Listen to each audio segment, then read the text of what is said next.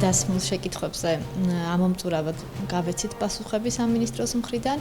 შეკითხვები ეხებოდა სამომავლო გეგმებს, კადრების შერჩევის პრინციპებს და ძალიან მნიშვნელოვანი აქცენტები გაკეთდა გარკვეული ურთიერთთანამშრომლობის სამომავლო გეგმები დაისახა და ვფიქრობ, რომ სამინისტრო აქტიურად გააგრძელებს თანამშრომლობას უმაღლეს საბჭოსთან და იქნება ჩართული ყველა იმ მიმდინარე პროექტებისა და პროგრამების განხორციელების ნაწილში, რაც არის დაგეგმილი. ჩვენმა კოლეგებმა ძალიან მაღალი შეფასება მისცეს მინისტრის აპარატის საქმიანობას და იყო მთელი რიგი რეკომენდაციები.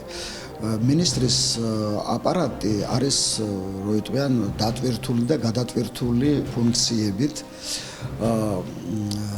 და ამას ბუნებრივია მაღალი დონის კადრები ჭირდება, რომ ეს ფუნქციები სათანადოდ იყოს განხორციელებული და სწორედ ქალბატონი ნანა უკვე დიდი ხანი არ არის, რაც დანიშნული ამ თანამდებობაზე, მაგრამ მან უკვე მოასწრო ამ საკადრო საკითხებში ისეთი ცვლილებების განხორციელება, რომელიც მას მისცემს საშუალებას, რომ მართლა რომ შეეჭიდოს ამ ფუნქციებს.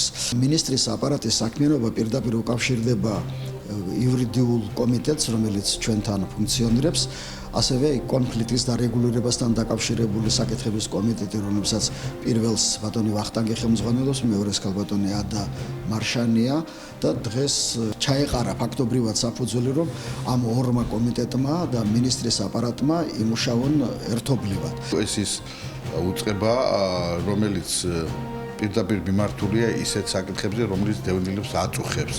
ეს არის სამართლებრივი მხარდაჭერა მათი პრობლემების, ეს არის კონფლიქტის მოგვარების საკითხები, დობის აღდგენის საკითხები და სხვა შორის ქალბატონ ნანას გამოსვლაში ზუსტად ეს პრიორიტეტები გამოისახა. რაც შეეხება სხვა საკითხებს, სამართლებრივ საკითხებს, ხაზი გაესვა, რომ ჩვენ ერთობლივად მუშაობთ საკითხებზე, რომლებიც ქონებრივ საკითხებს მოიცავს. მივიღეთ დაპირება, რომ ჩვენი კომიტეტი, ქალბატონ ადას კომიტეტი აქტიურად ეთანამშრომლობს ისე როგორც მთელი უმაღლესი საბჭო, გარკვეული კონკრეტული შედეგები გვექნება საქართველოს პარლამენტში კანონპროექტების ინიციირების თვალსაზრისით.